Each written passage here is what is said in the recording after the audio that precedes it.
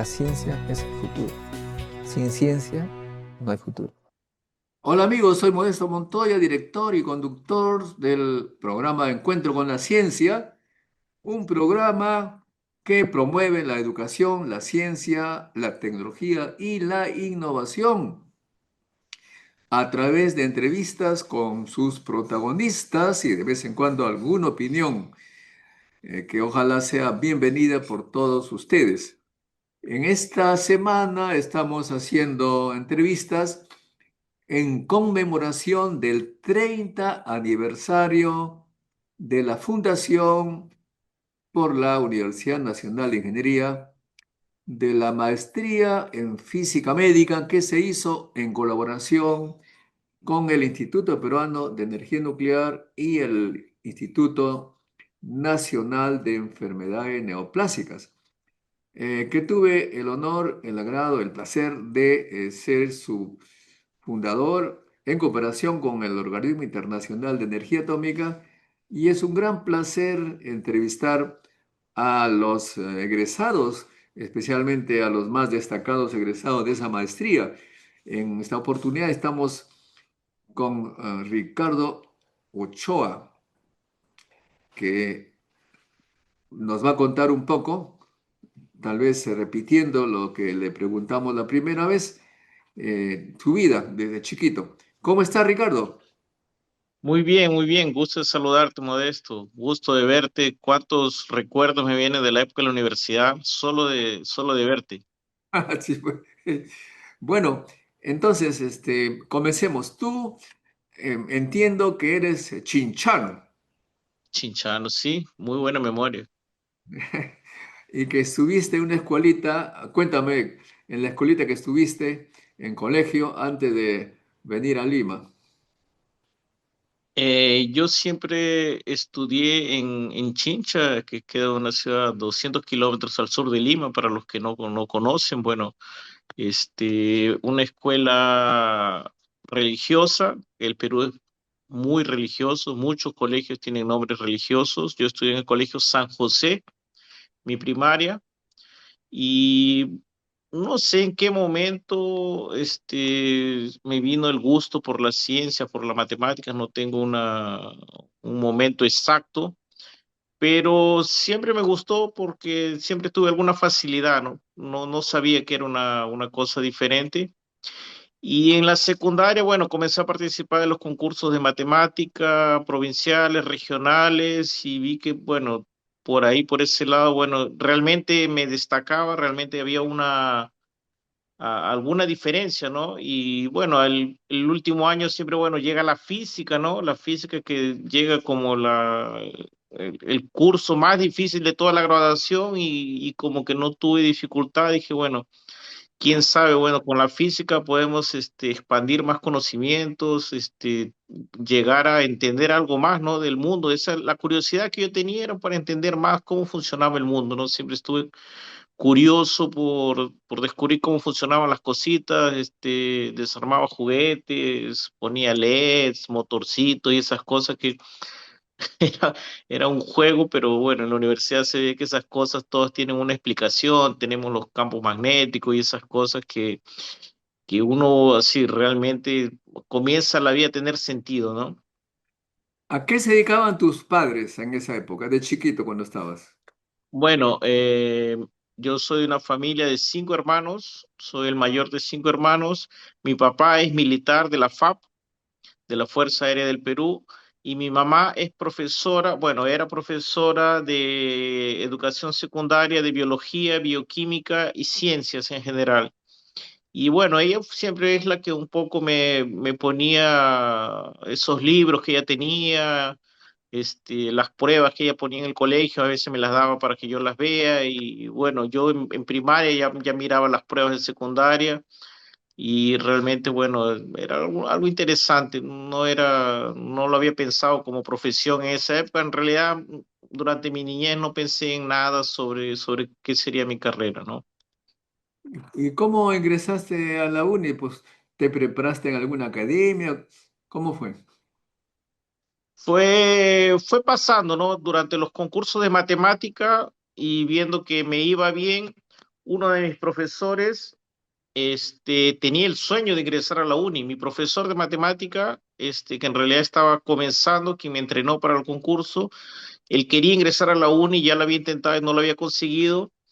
Y bueno, después que gané el concurso, le dije, no, pues yo estoy yendo muy bien, o sea, ya estaba medio, no sé cómo se dice, pues medio creído, ¿no? Porque ya gané un concurso, gané otro, 2 años seguidos, y él me dijo, no, pero a la uni no vas a ingresar. Si ingresas a la uni, ahí sí te creo, ahí sí realmente eres diferente. Y bueno, en el último concurso del quinto año de secundaria, el concurso regional, hubo un instituto de preparación académica que me dio una beca de Lima, quedaba en la cuadra 4 de la avenida Arequipa, y entonces yo me fui, en el quinto año yo ya había ingresado a ingeniería civil en la Universidad de Ica, pero no me interesaba. Yo quería ir a la uni, bueno, ya estaba preparado ya mentalmente a que iba a tener que estar un año preparándome, ¿no? Para poder ingresar, porque todo el mundo decía que era muy difícil, pero yo fui en enero, me preparé enero y febrero, hice la prueba en marzo y bueno, entré a la uni en el año siguiente bueno, no son 2 meses de preparación, sino son varios, 2 años antes ya estudiando matemática, ¿no? De un nivel diferente. Y bueno, ahí ingresé a física. Yo estaba en duda si debería realmente seguir física o seguir una ingeniería, porque la universidad es una Universidad Nacional de Ingeniería y tiene muchas carreras que, bueno, cuando estás adentro ves, pues tiene la ingeniería electrónica que todo el mundo quiere y tiene la ingeniería mecatrónica que comenzó a aparecer cuando yo estaba en el segundo año, tercer año, y me quedó esa duda si yo debería o no cambiarme a las ingenierías, ¿no? O sea, uno como científico ahora ve que, bueno, ingeniería no es menor, pero la aplicación es diferente, ¿no? La ingeniería busca resolver un problema específico, en cuanto a la física intenta explicar el mundo, ¿no? Y Y bueno, mm, entonces terminaste la universidad y fuiste, ¿cómo postulaste a la maestría? ¿Cómo es que se te ocurrió la maestría en física médica? bueno, el camino fue pasando, yo fui andando, ¿no? Mi interés, como hay varias áreas en la uni, había laboratorio de películas delgadas, física teórica, computación, había varias áreas, y me interesó mucho la área de ingeniería nuclear, la área nuclear, ¿no? Cuando fui al IPEN conocí un profesor que me convenció de que la física nuclear era divertida y me quedé haciendo prácticas por 2 años, creo, en el IPEN. Y ahí, bueno, ahí apareció para mí la física médica, que ni siquiera sabía que existía.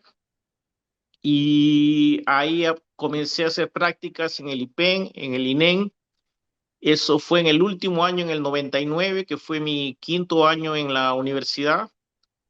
Y coincidentemente en ese momento apareció pues el programa de la Agencia Internacional de Energía Atómica, donde estaban haciendo la maestría, y bueno, yo estaba justo en ese momento, hicimos la prueba. Bueno, es una prueba que se hizo a nivel regional, no a nivel de toda Latinoamérica, en el mismo momento, una prueba escrita de varias horas.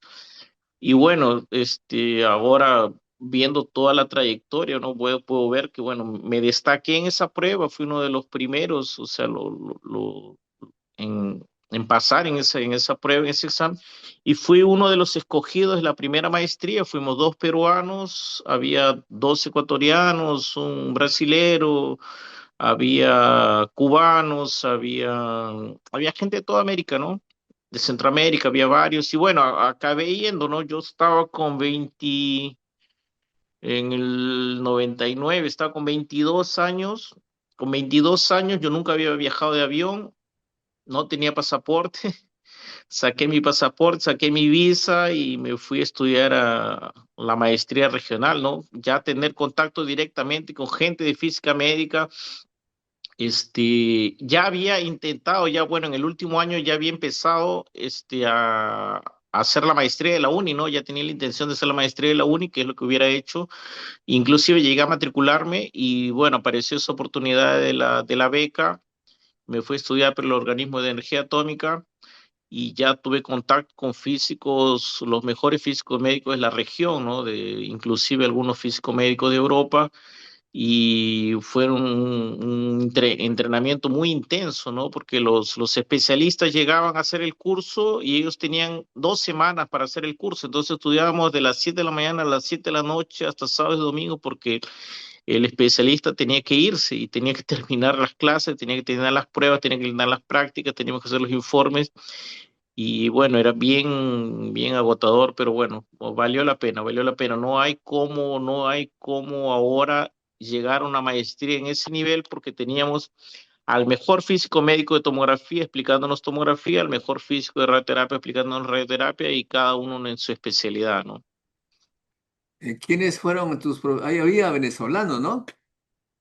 Había venezolanos, No, recuerda de los- varios profesores locales de Venezuela, que eran, bueno, los mejores que había en la época, Miguel Martín, Rafael Martín, que eran los físicos, la parte física de las radiaciones es fantástica y así muy pesada y realmente uno dice, bueno, ¿para qué necesito esto si no me va a servir? Pero realmente todo tiene sentido, ¿no? Igual que la física uno y la física 2, la física de las radiaciones es la base para entender la física médica. Tuve clases con Pedro Andreu, Carlos Eduardo de Almeida, Daniel Venencia de Argentina,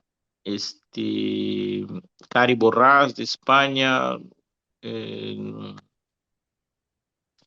había otros también de España de tomografía, especialista en resonancia, pero no recuerdo todos los nombres. Pero esta fue la maestría regional, pero hubo también, todo empezó en el Perú, en la UNIS, el INEN, el IPEN, ¿te acuerdas de eso? Sí, justamente yo comencé en el laboratorio del IPEN, donde comenzamos un poquito con análisis de imágenes y simulaciones de Monte Carlo, ¿no? Ahí comencé a saber qué cosa era el Monte Carlo y fue una de las cosas que me llevó a ver varias cosas ya antes de comenzar la maestría, ya con la UNI, con el Perú, de inscribirme en la maestría.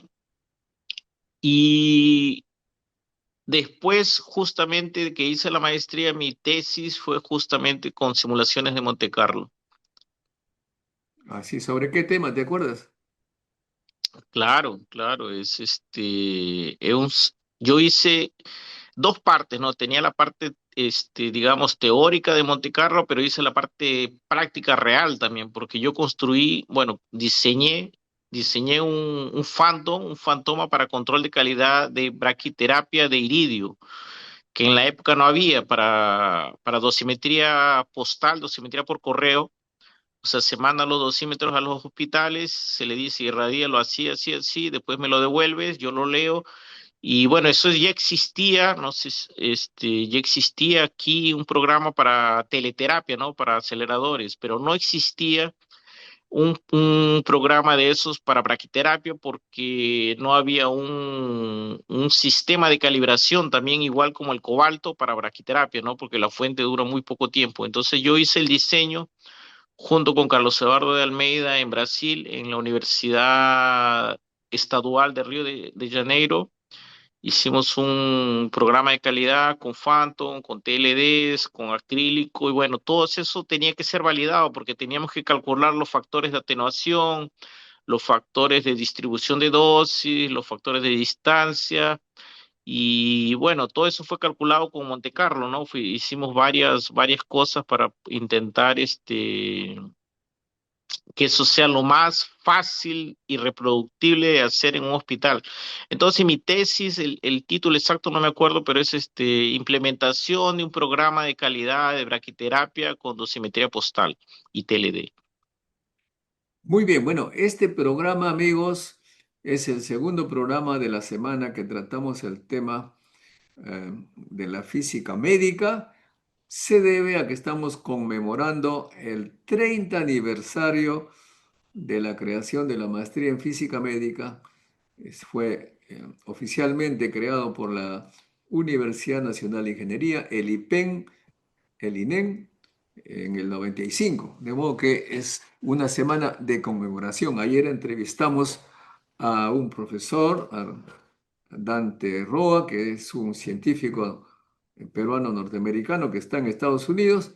Y hoy día hemos querido entrevistar a un egresado de la maestría para contrastar un poco cómo fue la vida del estudiante de los años 2000 y cómo es la vida de un profesional de este campo. Y también para inquietar a los jóvenes físicos, ingenieros, porque la maestría en física médica no solamente es para físicos, sino para otras especialidades. Precisamente de eso quisiera que converses, Ricardo, en el campo de la eh, radioterapia, las imágenes, hay diversos especialistas, no solamente físicos. ¿Puedes explicar un poco el rol de cada uno de ellos y después nos concentramos en la parte de físicos? Sí, claro. Este, con el avance de la tecnología, eh, eh, cada vez necesitamos de más personas para hacernos cargo, ¿no? Hace 20 años, cuando comencé en radioterapia, o sea, ya a bastante tiempo, eh, yo era, yo era el físico, teníamos el médico, teníamos los técnicos que operan la máquina y a veces un enfermero. Eso era suficiente porque hacemos tratamientos en 2 dimensiones y 3 dimensiones. Entonces era una cosa así, una rutina más tranquila que lo que es ahora, que ahora tenemos ya tratamiento con MRT, tratamiento con arco volumétrico, que es, digamos, creamos distribuciones prácticamente en 3 dimensiones y de una forma que no conseguimos calcular manualmente eso, que tenemos que calcularlo con un computador. Entonces nos demanda mucho más tiempo el control de calidad que el propio cálculo. Entonces el físico médico acaba haciendo más control de calidad, verificaciones de cálculos, control de calidad de la máquina que realmente haciendo el propio cálculo en sí. Entonces, ahora, en este momento, por ejemplo, en el servicio que trabajo, además de 2 físicos que tenemos 2 físicos, 3 médicos, 2 enfermeros, tenemos 7 técnicos, 2 dosimetristas y tenemos también los practicantes, ¿no? Aquí se le llaman los estallarios. Tenemos estallarios de técnico, de dosimetrista, residencia médica. Entonces, o que lo que éramos 5 o 6 personas antes, ahora somos 20. Y bueno, cada uno tiene su parte, ¿no? El paciente llega por la recepción, inclusive hasta la propia recepción recibe un entrenamiento de parte del físico para entender cómo funciona todo el ciclo, pues porque la secretaria que trabaja al frente tiene que saber que el paciente va a hacer una tomografía, que va a hacer una marca, la importancia del tratamiento, la importancia de tomar agua antes de tratar.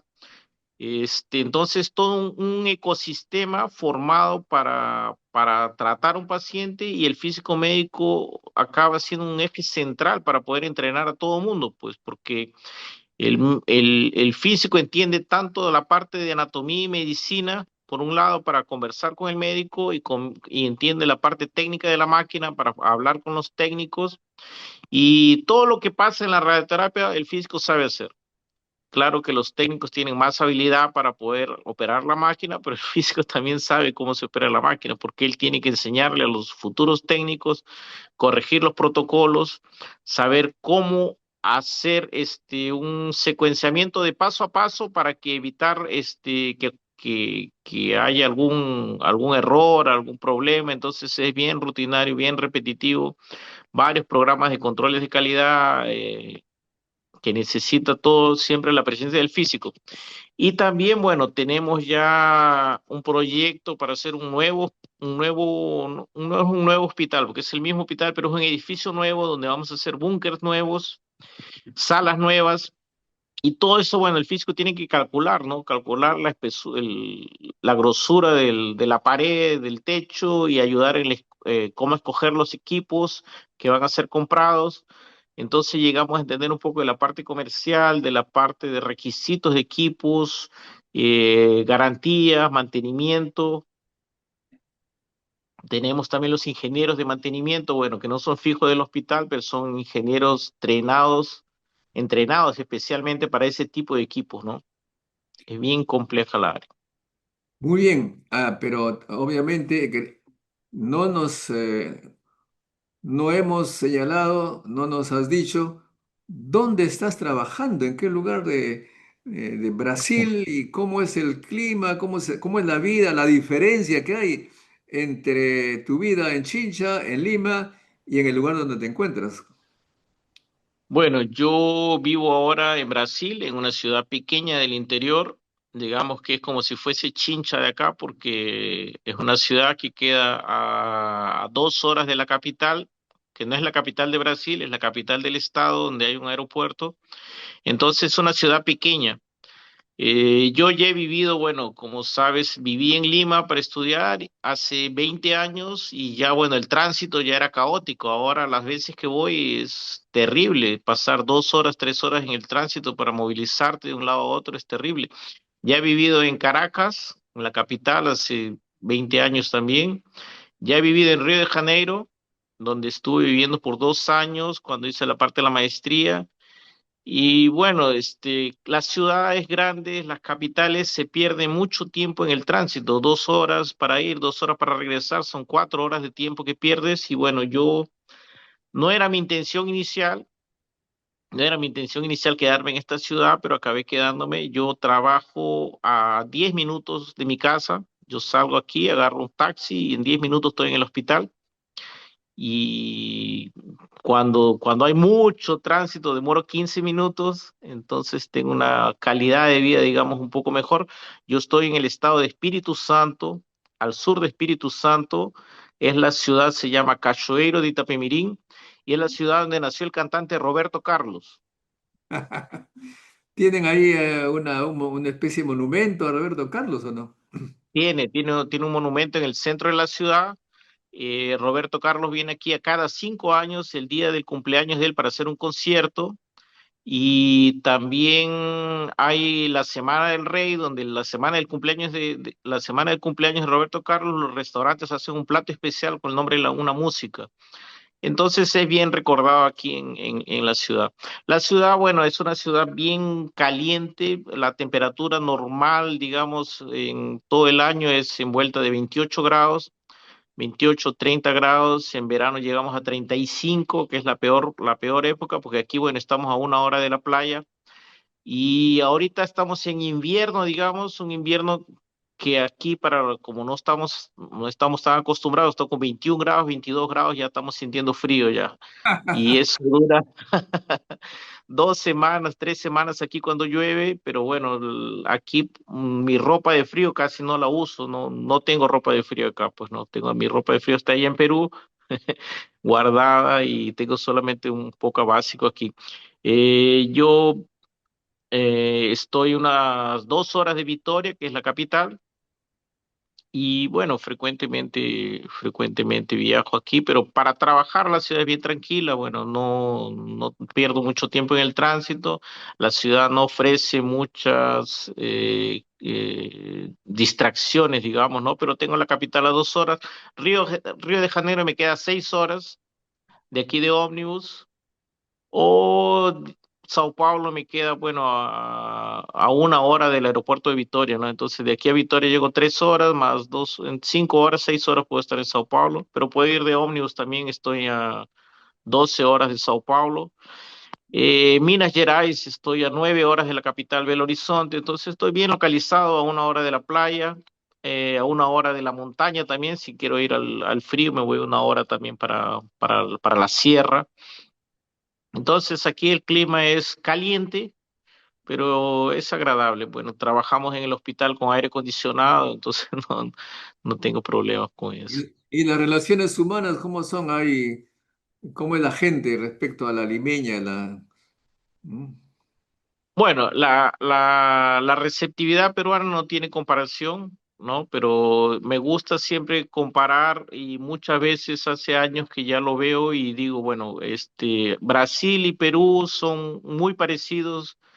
La única cosa que cambia es el idioma, porque le gusta bromearse, le gusta cochinearse, las bromas a veces solamente tengo que traducirlas. Bueno, ahora ya todas me las sé aquí, pues no, pero los mismos chistes que hacemos allá se hacen acá. El clima, bueno, cambia un poco las costumbres de las personas, ¿no? Porque allá hace mucho frío, entonces no salimos mucho para la calle Y bueno, cada ciudad aquí también tiene sus diferencias, ¿no? No es la misma cosa el clima en Chincha que el clima en Lima, que el clima en Trujillo, ¿no? Entonces cada uno se adapta a su clima, ¿no? La misma cosa por aquí, ¿no? Río de Janeiro es una ciudad donde tú vas y la gente te invita a su casa, apenas lo conoces y ya, bueno, ya estás tomándote tus chelitas y ya estás conversando con todo el mundo, ¿no? Y al sur, bueno, es una región más fría, ¿no? Curitiba, Porto Alegre, que es una región más fría, más cerrada, digamos, donde no consigues socializar mucho con la gente, pero es una ciudad más europea, más moderna. La ciudad donde yo vivo es una ciudad que está más basada en la extracción de mármol y granito, que es el principal, digamos, comercio que tienen aquí, y ellos exportan para el mundo entero ese mármol y granito. Entonces es, digamos, uno de los principales actividades económicas de aquí, seguida por la actividad agraria, que es el café. Principalmente toda la región aquí tiene una sierra con cafés premiados, cafés que participan de concursos y ganan concursos, y la gente tiene mucho costumbre de tomar café aquí, diferente de en Perú, que en Perú no tenemos esa costumbre de estar todos los días con tu termito de café, que no puede faltar aquí. Y bueno, la comida sí es diferente, ¿no? La comida sí me hace falta la comida del Perú, porque aquí no tenemos. Es una cosa sorprendente porque en Perú todos los días lo tenemos, en el mercado lo tenemos, y cuando vas a un lugar donde no está, recién te hace falta, ¿no? El ají amarillo no está aquí, el limón amarillo también no está aquí, el maíz morado también no está aquí. Y bueno, solo tenemos dos o tres tipos de papa aquí, que no, ni una de ellas es chupamarquina ni amarilla, pero bueno, se hace lo que se puede, ¿no? Y dime, ¿eres casado, soltero? ¿Cómo es? Casado, estoy casado, tengo dos hijitas aquí y una hijita en Perú. ¿Qué edad tienen tus hijitas allá? Mis hijitas aquí tienen 4 años. Ah, recién están, no van a la escuela, o allá irán a la escuela, ¿no? Ya, Supongo. ya van al colegio, ya van al colegio. Desde los 3 años tienen que ir al colegio ya. Bueno, y entonces, ¿te gusta el deporte, me parece? ¿Eres hincha de algún partido, de algún equipo? Hincha de la Alianza Lima en Perú, de Flamengo aquí en Brasil, pero bueno, no soy muy deportista, ¿no? Los físicos generalmente pocos son los que entran a jugar fútbol, ¿no? Pocos. Y además tenemos los peruanos en el extranjero. Desde el extranjero, ¿ustedes piensan un poco de las dificultades que estamos pasando acá, las políticas? ¿Sienten algo? ¿Leen el periódico, la televisión, la internet? ¿Se enteran del Perú? Bueno, las noticias llegan porque, bueno, tengo familia en Perú, ¿no? Mis hermanos siempre conversan, siempre.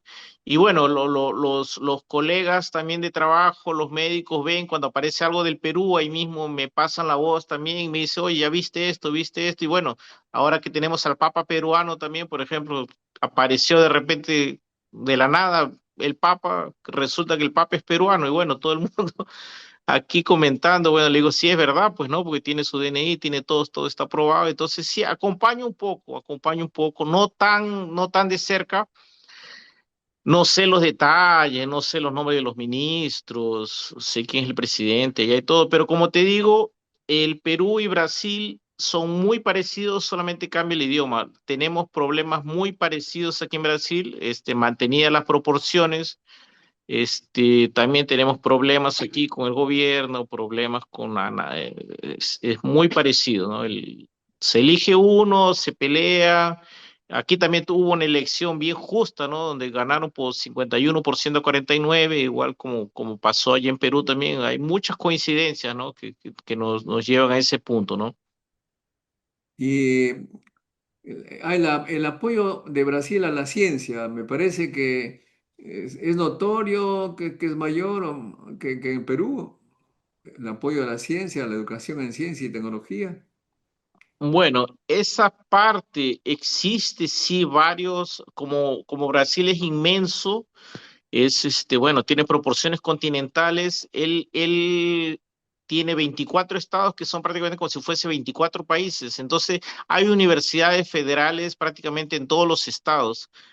Y eso hace que la ciencia se divulgue mucho más así en cantidad, pero no sé si proporcional así a ser un per cápita llega a ser tan diferente, ¿no?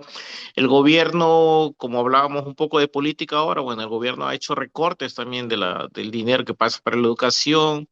Las universidades estatales aquí o federales también son, digamos, las más disputadas, ¿no? Para entrar, principalmente en las mejores carreras, pero también sufren con huelgas, sufren con ese tipo de problemas que y yo creo que mucho más que las universidades peruanas, ¿no? Aquí hay huelga cada rato de las universidades, recortes de dinero y hay no veo tanto crecimiento en eso, ¿no? O sea, veo que los laboratorios que existen ahora son los mismos que existían a 10 años, 15 años, y existe sí, proyectos que ayudan con dinero a desarrollar pesquisas, a desarrollar investigaciones, ¿no? Investigaciones, tesis de doctorado, hay más becas para doctorados, becas para maestría dadas por el propio gobierno, existen programas para eso y existe realmente caminos para quien quiera hacer una maestría, un doctorado, conseguir un dinero para sustentarse de eso. Residencias médicas también recibes una beca para ayudarte un poco con eso, pero no es tan fácil, no es tan fácil. Existen los caminos, pero no es para todo el mundo, ¿no? Y hay esta situación de facilidades para los extranjeros para ir a hacer posgrados. Allá entiendo que muchos peruanos se han ido a hacer maestrías, doctorados. ¿Conoces tú las facilidades como para que los jóvenes aquí en el Perú puedan irse sin mucho temor? Sí, principalmente en Sao Paulo. En Sao Paulo, la Universidad de Sao Paulo es gigantesca, la Universidad de Campinas, por lo que sé, alberga comunidades grandes de peruanos que inclusive algunas clases me han dicho que son en español, que el profesor también es peruano también, ¿no? De inclusive de mi promoción, digamos, de mi código de la uni, varios, unos 3 o 4 creo que se fueron para Sao Paulo, para Campinas. Existe una facilidad de conseguir que te acepten, ¿no? Que te bueno, no sé cómo es los trámites ahora, ¿no? Pero hace años era un trámite relativamente sencillo, ¿no? Te pones en contacto con la universidad, postulas con tus documentos, dice que quieres hacer una maestría y después, bueno, es una parte bien burocrática porque tienes que agarrar tu título de la uni, llevarlo al Ministerio de Educación, al Ministerio de Relaciones Exteriores, después a la embajada, después traducirlo aquí. Y bueno, esa es una cosa que demora tiempo, 6 meses a un año para conseguir llevar toda la documentación, pero esas universidades te dan las facilidades, te dan las ayudas para que puedas realmente desarrollarte, hacer tus posgraduaciones, ¿no? De modo que Pero hay una... igual aquí también hay gente de Brasil que se va a otros lados también, pues. Como te digo, los países son hermanos, se parecen y hay gente que de aquí se va a estudiar a Perú, se va a Argentina, se van a Portugal, se van a otros lados porque también les parece, o sea, la visión que tienen ellos de aquí es como la misma visión que tenemos en Perú, ¿no? Que hay siempre el césped del vecino parece que está más verde. Bueno, finalmente, Ricardo, ¿podrías tú participar en algún curso dictando aquí alguna maestría en el Perú? ¿Cuáles serían las posibilidades? ¿Un poco complicado? ¿Presencialmente o online? Bueno, online sería fácil, pero ¿cuál sería la situación para ser presencial? ¿Tienes que pedir permiso a tu trabajo? ¿Es un problema? Sí, es un problema, ¿no? Es un problema. Bueno, yo tengo vacaciones, ¿no? Tengo vacaciones, que se pueden agendar ahí, tal vez un curso, un mini curso o un curso intensivo, ¿no? Depende de los objetivos de lo que se quiera, ¿no? Hay posibilidades. Yo voy al Perú una vez al año, por lo menos. ¿En qué mes? Eso varía, ¿no? Eso varía porque ahora tengo que coincidir, ¿no? Porque como somos dos físicos, yo tengo que ver cuándo voy a salir de vacaciones, que no puede ser cuando el otro sale. Tengo que ver si mi esposa consigue las vacaciones también en la misma época. Y bueno, este año yo debo ir en diciembre para Navidad. Ajá. Bueno, generalmente no es época curricular, ¿no? No es época de clases. Muy bien, y recuerda por favor, los amigos peruanos de tu promoción, ¿quiénes fueron los que están por allá? ¿Te acuerdas de ellos?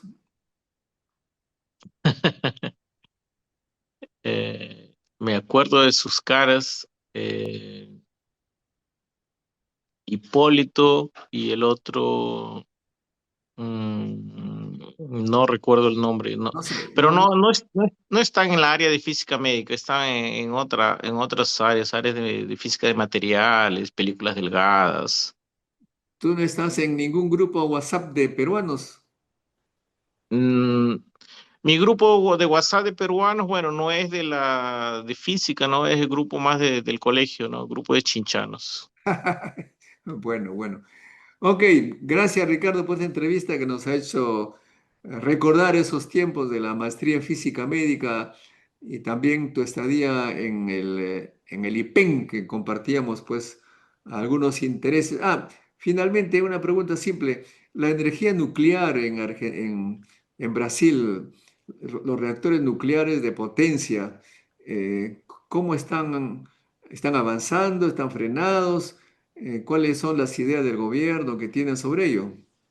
Bueno, a mi entender están parados, ¿no? No hay desarrollo en relación a eso. Aquí lo que he visto es más desarrollo de energía solar, microgeneración, no sé si eso está divulgado en Perú, y también energía eólica en la parte del nordeste. He visto muchas turbinas eólicas para generación de energía eléctrica. Entonces, bueno, no sé si es miedo, falta de interés, falta de personal, porque no veo divulgación de la energía nuclear como una solución al problema energético, ¿no? ¿Y tienen ustedes una sociedad brasilera de física médica? Tenemos una asociación brasilera de físicos médicos, eh, tenemos una sociedad brasileña de radioterapia, que es la parte médica, y tenemos el Consejo Brasilero de Física también, Física General, y tenemos, bueno, lo que sería el equivalente al IPEN aquí, que es la Comisión Nacional de Energía Nuclear, ¿no? Muy bien. Muchas gracias, Ricardo. Entonces nos veremos de repente cuando pases por aquí en diciembre. Y si te das un tiempo, Ojalá, claro, podemos marcar un almuerzo. pero de repente si estás el 2 a 4 de enero, nos das una charla pues en física médica, en el Encuentro Científico Internacional. Ojalá sea posible. Gracias, Ricardo. Ojalá. Gracias. Gracias, Al, gracias, al doctor próximo. Modesto. Chao, chao, nos vemos. Bueno, amigos, ha sido eh, Ricardo Ochoa que nos ha eh, ilustrado un poco cómo se vive en Brasil, la vida de un físico médico que se formó en Perú y que fue al extranjero a trabajar en este campo. Para terminar el programa, haré algunos comentarios. Eh, Hay bastante movimiento en esta competencia que se ha establecido entre Estados Unidos y China. Y según los comentaristas, esta competencia que algunos le llaman guerra comercial, la está ganando por ahora China porque en Estados Unidos ya tienen una especie de reducción en una serie de productos que le gusta a los norteamericanos. Estos grandes centros comerciales no están llegando los productos y la gente se comienza a preocupar. Mientras que China, por su lado, no se preocupa demasiado. Sí, por supuesto, está preocupado, pero comienza a abrir su mercado con otros países diferentes a Estados Unidos. y Estados Unidos ya no puede hacer un bloqueo a China como lo ha hecho con Cuba, por ejemplo, un pequeño país de, no sé, unos cuantos millones de habitantes, por ser de una ideología diferente, lo ha bloqueado hasta al país y está pues en grandes dificultades.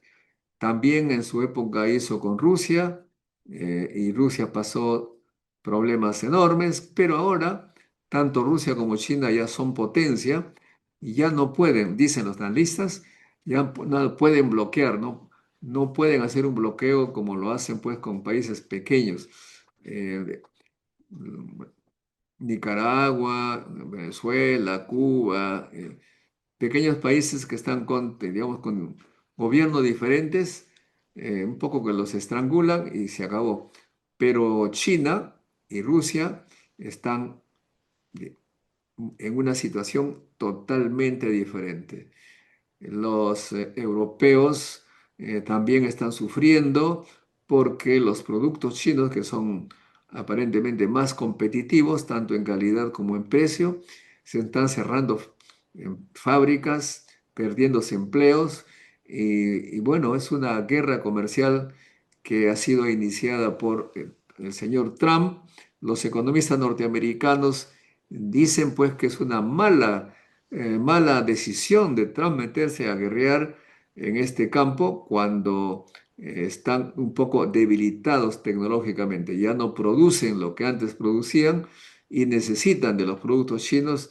Las empresas norteamericanas eh, están también partiendo de Estados Unidos porque como toda empresa privada, lo que quiere es ganar dinero lo más que se pueda, están partiendo a países donde hay gente, donde haya gente con buena formación, o sea, donde haya buenos ingenieros, buenos técnicos, buenos obreros, para invertir en tecnologías avanzadas y generar recursos. Y esos países son pues em, principalmente los países asiáticos, China en especial. Se están yendo a China, está surgiendo India también como una potencia científica y tecnológica porque India también ha invertido en educación, en ciencia y tecnología. Es clarísimo, cada vez más está siendo reconocido que la riqueza del siglo XXI no es necesariamente los minerales. Los minerales, los recursos naturales permiten sobrevivir a ciertos países. Sobrevivir es eso, con mucha pobreza, anemia, eh, falta de educación, como es el caso de Perú, que está sufriendo esas consecuencias. Hay mucha desigualdad, mucho desempleo y esto hace que la educación sea muy mala, a tal punto que no vienen a países como Perú las inversiones de tecnologías como sí están yendo a los países asiáticos.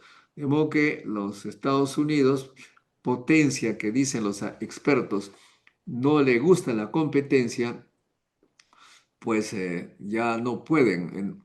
En este caso, China no lo pueden, no le pueden parar, no pueden hacerle un muro.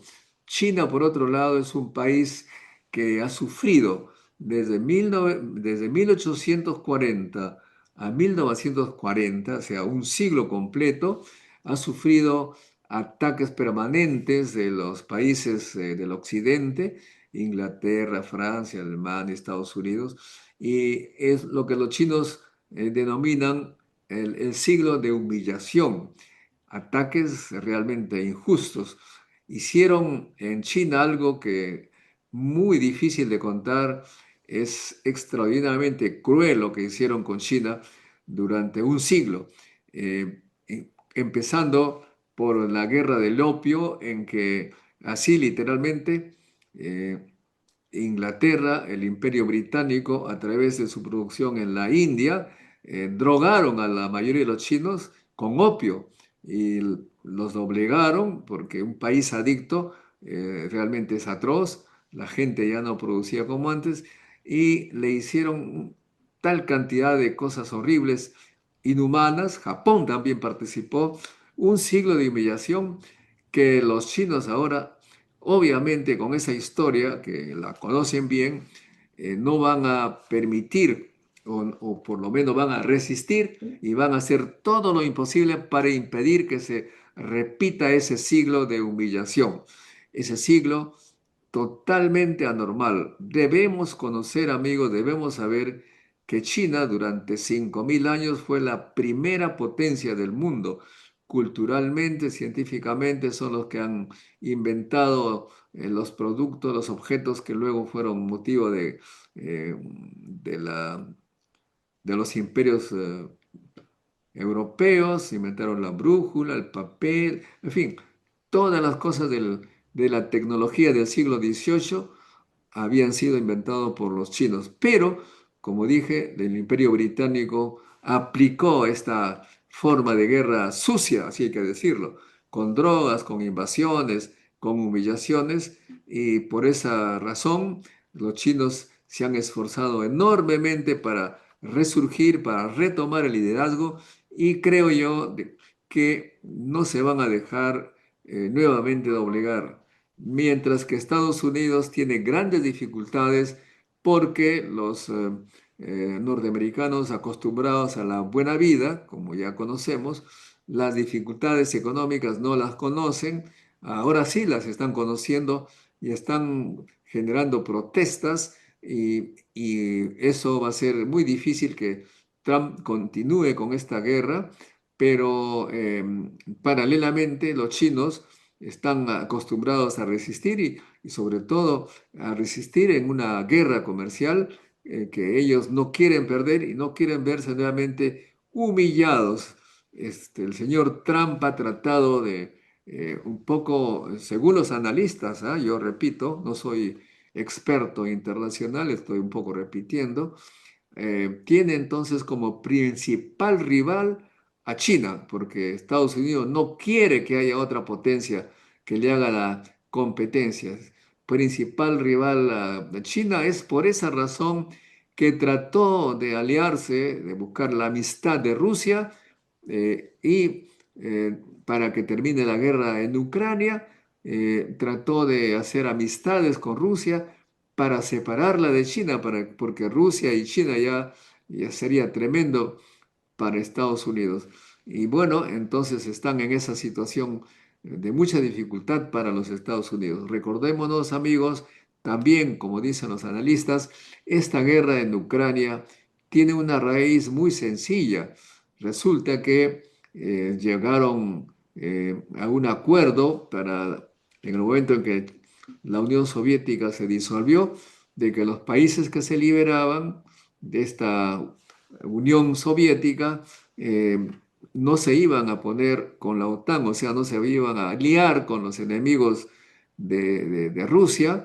Eso más o menos era el acuerdo, pero como Rusia era muy débil, pues los países occidentales empezaron a, digamos, a obtener la adhesión de varios pequeños países a la OTAN, a los enemigos, digamos, a los contrincantes de la Unión Soviética. Y la Unión Soviética, como era muy débil, no podía hacer absolutamente nada, pero cuando ya se desarrolló, Putin ha logrado un desarrollo tecnológico de Rusia, ya tiene las armas modernas que requiere una guerra.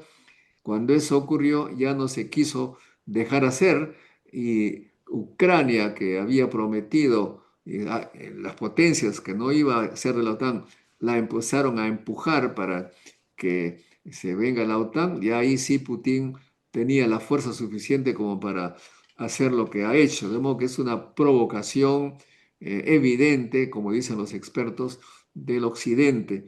Pero Putin quería resolver el problema con Ucrania, o sea, la paz, haciéndose amigos con Rusia porque quería separarla de China. Y ahora, para dejarla sola a China y enfrentarse solo a China. Pero parece que tiene dificultades, no se puede lograr, y Putin, al ver esta actitud del Occidente liderado por Estados Unidos, se acerca cada más a China, y de modo que Trump está pagando pues un poco su deseo de ayudar a China, pagando sus errores, esta guerra comercial que los únicos que van a perder son en realidad todos los países del mundo, pero sobre todo ellos. Estados Unidos va a perder porque está haciendo, pero cometiendo gravísimos errores. Uno de los errores más importantes creemos que está cometiendo Trump es pelearse con los científicos de las universidades. Es decir, está peleándose con la riqueza del siglo XXI, conocimiento científico y tecnológico, los está expulsando de las universidades con el pretexto, digamos, que están opinando diferente a él. O sea, opinar diferente a Trump es ser traidores a la patria en cierta manera. Bueno, como no son norteamericanos, sería ataques a la patria y los está votando. ¿Quién pierde ahí? El único que pierde es Estados Unidos porque se va a ver sin talentos. De hecho, a los chinos, que eh, son la cuarta parte de los científicos que han hecho de Estados Unidos un país más o menos tecnológico avanzado, los quiere votar y ya los está votando a varios. Eso me hace recordar, amigos, al gran error que cometió Hitler. Hitler tenía científicos brillantes en Alemania. Allí se descubrió el fenómeno de la fisión nuclear y se peleó con la gente que trabajaba en ello, empezando por la jefa del grupo de la fisión nuclear, Lise Meitner, y otros más, y también con los europeos judíos, que había científicos, se peleó con ellos y motivo por el cual se fueron a Estados Unidos y construyeron la bomba atómica en Estados Unidos pensándola hacer y la hicieron primero que Hitler. Y ahí, por ejemplo, está claro que la confrontación de Hitler con los científicos fue prácticamente eh, la decisión totalmente errada para los nazis. Menos mal que lo cometieron, porque si hubieran hecho ellos la bomba atómica, tal vez no estaríamos acá. De modo que el señor Trump está cometiendo el mismo error que los dictadores, esta gente intolerante, está cometiendo un grave error que solamente va a significar pérdida para ellos. Como me gustaría a mí y seguramente a todos ustedes que nuestros científicos peruanos regresen a Perú. Estamos acá en grandes dificultades, ellos están en Estados Unidos, pero están bien por ahora, no tienen problemas, pero si es que Estados Unidos los expulsa, nosotros bienvenidos sean. Claro, no tenemos el atractivo que Europa en este momento, los científicos que se están siendo expulsados de Estados Unidos, se están yendo a Europa, incluso científicos norteamericanos se están yendo a Francia, Alemania, porque no les gusta ese trato que está haciendo Trump a la gente que genera conocimiento. Ustedes han visto, se ha peleado con Harvard, una universidad de élite donde están los mejores científicos, tal vez, bueno, varios brillantes científicos, se ha peleado con el conocimiento. Qué tal error que comete este señor Trump? Es una pena para su país y claro, lo que está pasando ahora es que China está recibiendo científicos. Estados Unidos nos ha cortado la visa para algunos países, no tenemos visa y China dice, bueno, ahora los peruanos pueden venir sin visa, no hay ningún problema. Imagínense ustedes, amigos, qué tal error de los Estados Unidos. Bueno, ojalá que acá en el país tome conciencia a los gobiernos que hemos tenido, que son realmente para llorar, porque acá no solamente no consideramos el valor de los científicos, sino que los tratamos tan, pero tan mal que ellos se van y así perdemos lo mejor que tiene el mundo ahora, que es el conocimiento científico y tecnológico. No puede ser, amigos, que este gobierno continúe contra el maltrato a la universidad, por ejemplo, que terminan los profesores con sueldos de $100, de 800 soles al mes, cuando se jubilan, no puede ser que los profesores sean los peores pagados, porque eso significa que la educación está ninguneada, desconsiderada, y un país que no pone como prioridad la educación, la ciencia y la tecnología, su futuro es fácil de un poco prever, predecir, de mirar, ver. El futuro es de pobreza, de más delincuencia, de más desigualdad.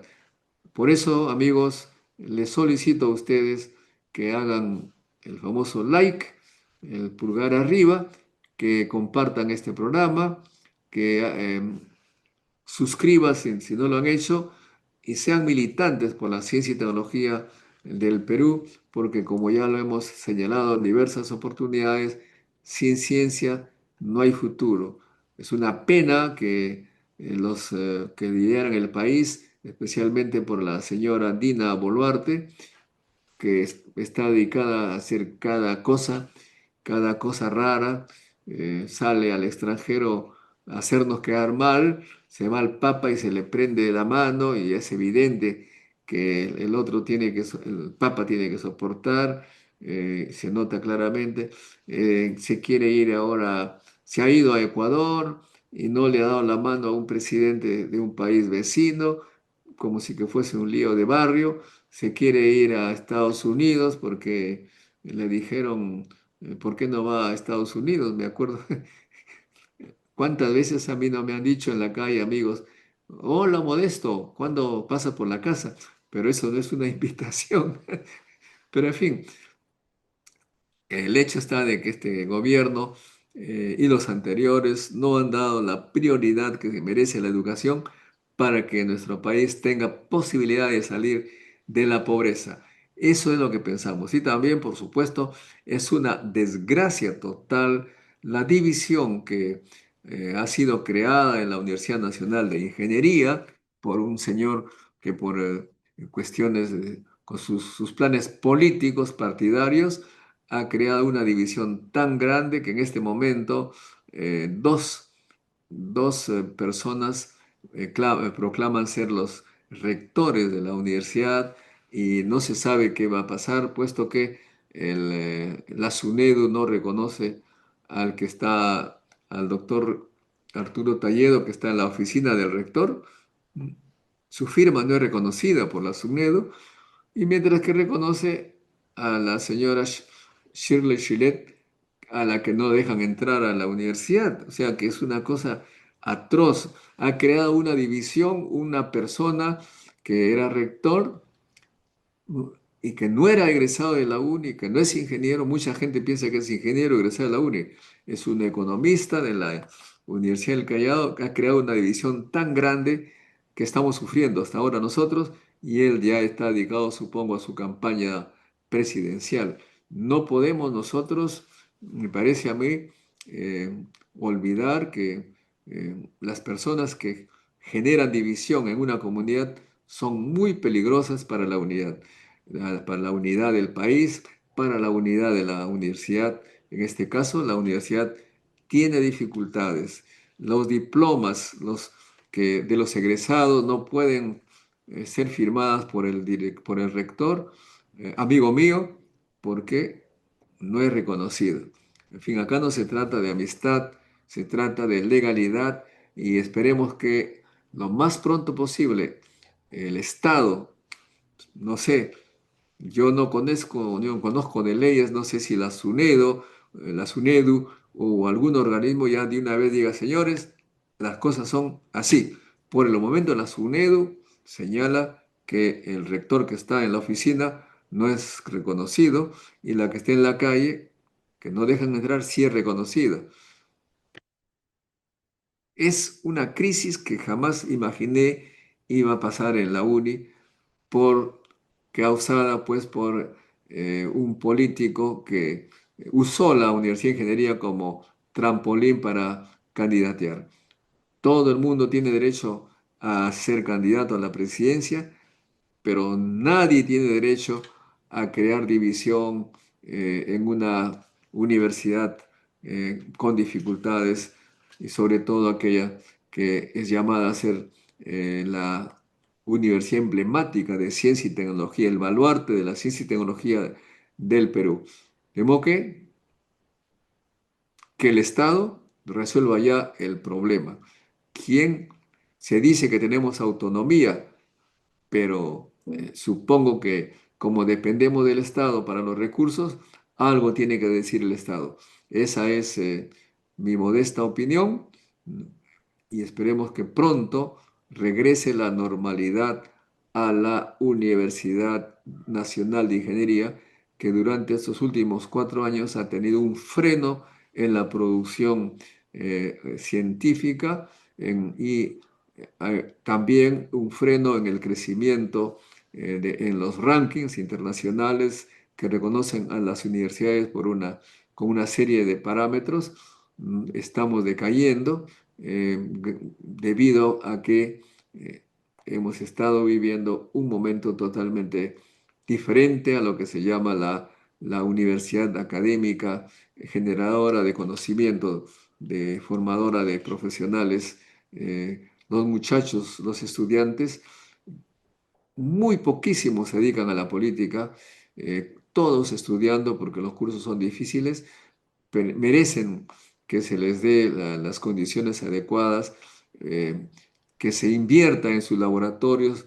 Ellos se quejan de que sus laboratorios no son modernos, que una serie de dificultades y por supuesto no está totalmente justificado que cuando no hay buenos laboratorios se tenga que hacer cosas como piscina a la que nadie va. Algunos que han querido ir señalan que no lo dejan entrar. En fin, es un desbarajuste. Esperemos pues que pronto tengamos unidad de criterios en la Universidad Nacional de Ingeniería, la universidad que nos ha formado, que, que nos ha dado el conocimiento, que nos permite ser claros y por supuesto libres de opinión, que nos han enseñado a la crítica científica basada en hechos.